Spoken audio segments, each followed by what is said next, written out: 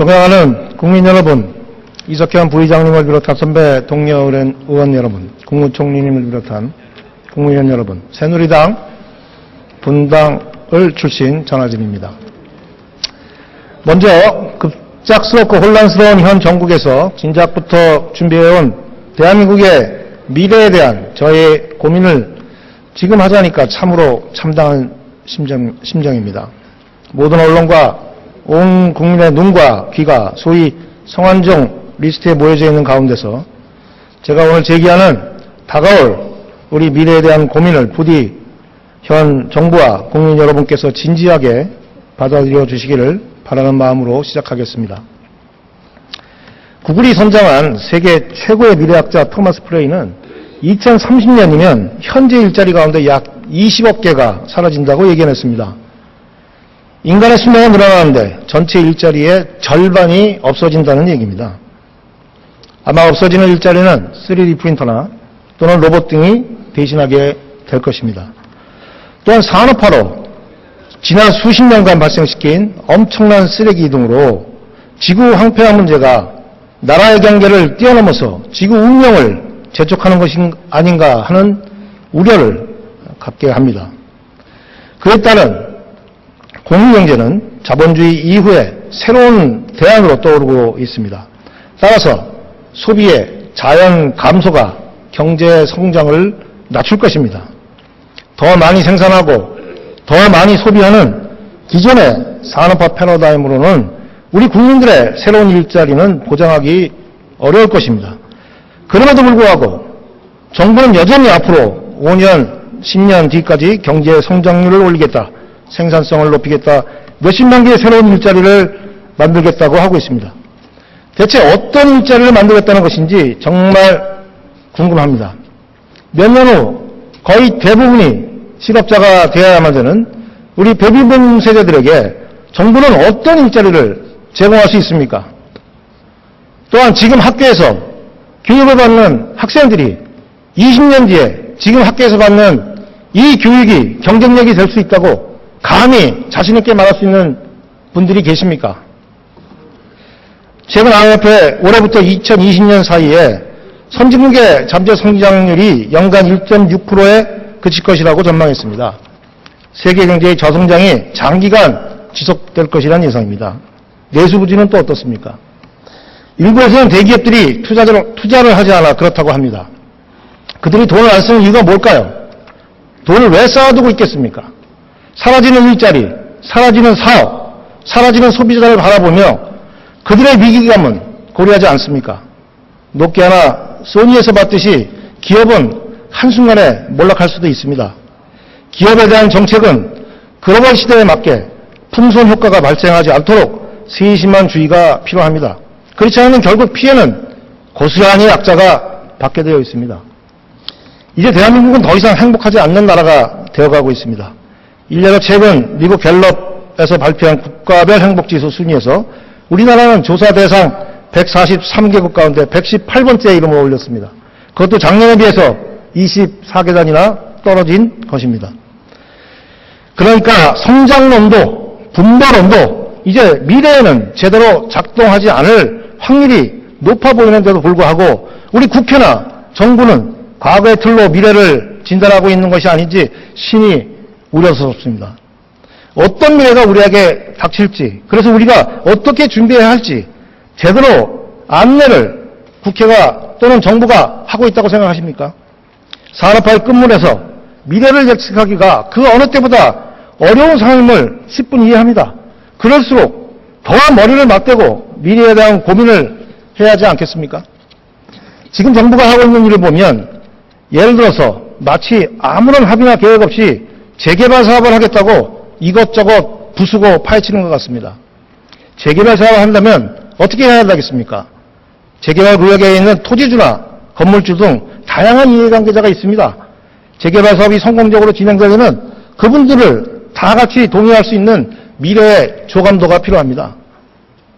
그래야 미래를 예측하며 재개발에 동의하거나 반대하게 되지 않겠습니까?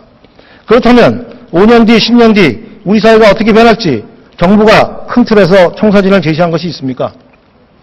국민들이 이해하고 희망을 가질 수 있는 조감도가 있어야 국민이 이해하고 따라오지 않겠습니까?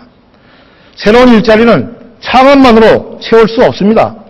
창조경제는 모든 산업을 망라해서 융복함을 통해 새로운 산업을 창조해내야 일자리와 부가가치를 만들 수 있는 것입니다.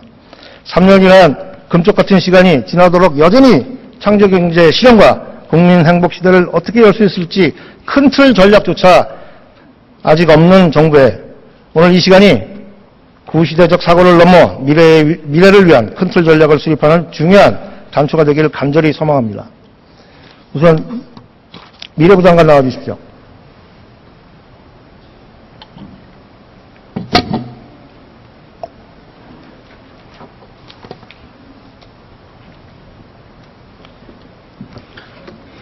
네, 장관님, 제가 창조경제특위에서도 무차 말씀드렸습니다만 올해 우리나라 R&D 투자 규모가 18.9조 원에 달합니다. 최근 5년간 연평균 6.7%씩 증가하고 있습니다. 이미 투자 규모나 R&D 역량이 선진국 수준에 도달한 상황입니다. 그런데 작년도 기준에서 국내 R&D 사업화 성공률이 어떻게 되는지 알고 계십니까? 네, R&D 사업은 여러 가지 종류가 있습니다. 기초 연구도 있고 응용 개발 연구도 있습니다만은 종류와 동시에 사업화가 되는 것도 있고 또 사업화가 여러 개 되는 것도 있고 그래서 사업화 성공률을 따지는 것보다는 사업화 건수를 지금 통계로 잡고 있습니다. 예, 지금 한국금융연구원의 조사에 의하면 선진국의 R&D 사업화는 영국이 70% 정도, 미국이 69%, 일본이 54% 정도 되는데 우리나라는 한 20% 정도 되는 걸로 아마 장관님 그 보고 내용에 그렇게 보고가 된 걸로 알고 있습니다. 그 성공률을 따지지 않는 것 자체도 굉장히 저는 문제라고 생각을 합니다. 도대체 18.9조라는 돈은 엄청난 국가 예산인데요. 이 국가 예산이 지금 투자돼서 개발을 하고 있는데 R&D 개발을 하고 있는데 그것이 사업화가 됐는지 그 성공이 됐는지 안 됐는지를 파악하고 있지 않다는 것은 저는 상당히 문제가 있다고 생각합니다. 혹시 지금 20%라는 이 데이터는 국가과학기술심의회가 공식으로 인용한 자료인 것 같은데 장관님께서는 그 사업화가 부진한 이유를 알고 계십니까? 우리나라 국가의 그 사업화가 지금 말씀대로 부진한 것은 어느 정도 사실인 것 같습니다. 그 이유는 우리나라 이제 국가과학기술연구에 성격상 이제 사업화랑 관련 없는 연구가 국가에서 많이 치중을 하고 있고 그 부분을 점차적으로 늘려가고 있는 것이어서 그 부분이 일단 빠지고요. 그 다음에 나머지 응용 개발을 겨냥하고 있는 연구들도 평가 시스템이 과거에는 사업화랑 연계가 되지 않아서 연구하시는 분들이 사업화를 좀 겨냥하지 않았다는 측면도 있다고 저희는 알고 있습니다. 예를 들어서 제가 정확히는 잘 모르겠습니다만 그 무인 충전 버스가 있었습니다. 과학원에서 개발한. 이 개발은 아마 해외 언론에서도 상당히 성공한 제품으로 주목을 받았던 그런 기술입니다. 그럼에도 불구하고 지금 우리나라에서는 무인 충전 버스가 시중에 돌아다니지 않고 있습니다. 그 이유가 뭔지 아십니까? 네, 말씀해 주십시오. 인프라가 안 돼 있죠. 형식 승인도 안 돼 있고요. 제가 드리고 싶은 말씀은 18.9조 원이라는 이 엄청난 예산을 투자해서 기술 개발을 하고 있는데 그 기술과 함께 우리가 고려해야 될 인증이라든지 법과 제도를 바꾼다든지 인프라를 구축한다든지 이런 모든 것들이 한꺼번에 고려되지 않고 있다는 겁니다. 일단 개발부터 하고 있다는 겁니다. 그리고 그 개발의 선택은 서비스 차원에서 고려되는 것이 아니고 개발자들에 의해서 이건 첨단이다. 이건 좋은 거다. 뭐 이런 어떤 선택의 기준에 의해서 이건 만들어지는지는 잘 모르겠어요. 그래서 제가 상조특위에서도 말씀을 드렸지만 어떤 제품 개발 그 R&D 투자가 이루어질 때 그 R&D 투자로 인해서 국민들이 가질 수 있는 편익에 대해서 포괄적인 조감도가 다시 말해서 큰 틀의 전략이 필요하다. 그런 말씀을 드리고 싶습니다. 안타까운 것은 그런 큰 틀의 전략도 상당한 인적 자원과 예산이 투입이 돼야만이 만들어질 수 있는 겁니다. 그런데 우리나라에는 그런 큰 틀의 전략을 만들 수 있는 예산이 없습니다. 항목도 없습니다. 그래서 지난번 창조특위에서 급하게라도 올해 이런 조감도를 좀 만들 수 있는 큰 틀의 전략을 만들 수 있는 예산을 좀 전용을 해서라도 만들었으면 좋겠다는 말씀을 드렸는데 어떻게 진행되고 있습니까? 네, 의원님 말씀에 전적으로 공감하고 있습니다. 우리나라 R&D의 그 시스템적 혁신을 해서 지금 말씀하신 대로 무엇이 과연 성과를 낼 수 있는가를 그 송곳으로 찌르듯이 구체적으로 이제 기획을 해서 결과를 내야 된다는 점에 이제 주목을 해서 저희도 제 R&D 계획을 지금 새로 보고 있고 혁신 과제를 곧 발표할 예정으로 있습니다. 예를 들어서 원격 의료 사업 같은 것도 지금 사실은 의료계의 여러 이해 당사자들이 서로 다투고 있습니다. 그런데 향후에는 로봇한테 그 시장을 뺏길지 모르겠습니다. 그렇기 때문에 이것을 좀 더 5년, 10년 뒤를 조망하고 이 새로운 인더스트리에 지금 현재 있는 의사 또는 간호사 또는 한의사들이 어떻게 참여하고 로봇들은 어떻게 또 참여시킬 건지 이런 구체적이고 좀 더 포괄적인 그림을 그려놓고 그러기 위해서 우리가 지금 뭘 개발해야 되고 어떤 인프라를 구축해야 되고 어떤 법을 바꿔야 되고 어떤 형식 승인을 준비해야 되고 어떤 표준을 만들어야 되는지 이 모든 것들을 한꺼번에 계획을 해야만이 적어도 몇 년 뒤에 이런 서비스가 가능할 거라는 것을 그런 청사진을 국민한테 제시할 수 있다 이겁니다. 그런 청사진이 나왔을 때 이것이 새로운 창조경제구나 이해할 수 있다는 거죠. 그래서 올해 단 몇 건의 조감도라도 만들었으면 좋겠다 하는 생각을 갖고 있는데 그렇게 해주시겠습니까? 네, 의원님 말씀에 따라 이미 ICT의 여러 분야 또는 기초과학의 여러 분야에 대해서 그러한 구체적이고 미래를 지향하는 기획을 시작을 했고 몇 가지는 이미 발표한 바 있습니다만은 좀 더 보완해서 좀 더 국민들에게 다가가는 그런 계획이 되도록 하겠습니다. 네, 감사합니다. 기재부 들어가 주시고요. 기재부 장관 나와주세요.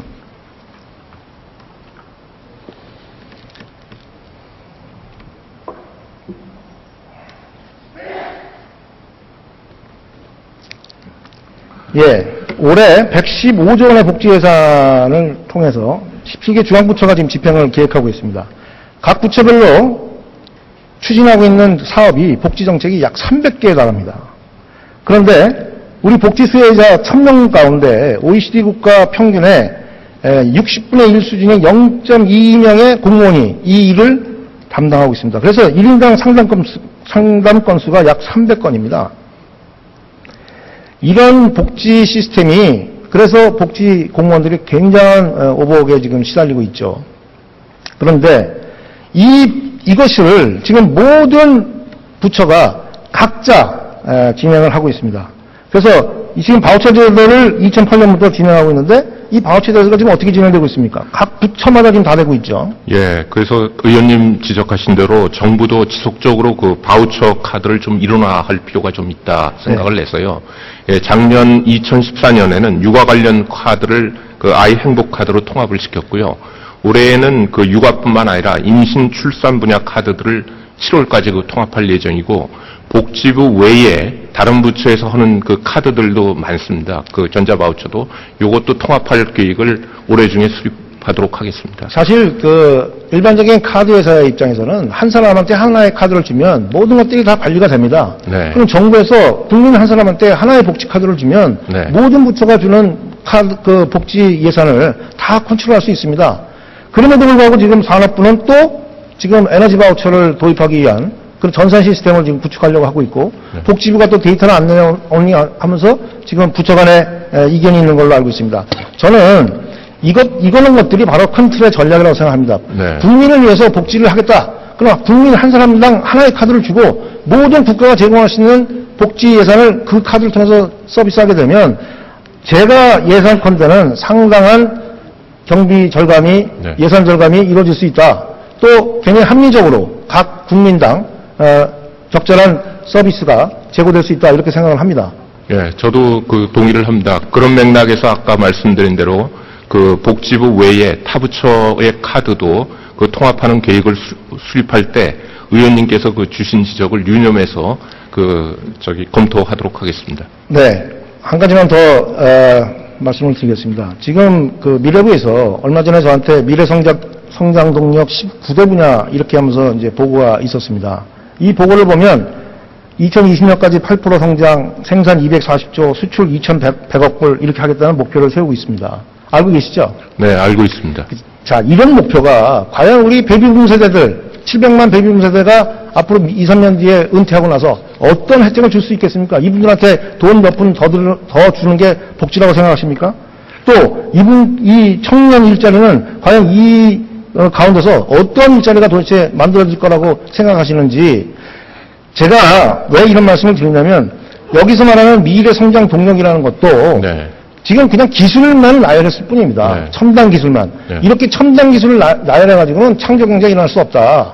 보다 구체적인 국민의 서비스, 편익, 이것이 정확하게 개선될 수 있는 큰 틀의 전략이 필요하고 그 전략 하에서 국민들이 예측 가능해야 된다. 앞으로 5년 뒤에는 어떤 일이 벌어진다는 것을 예측 가능할 수 있는 조감도를 만들어 주십시오 하는 겁니다.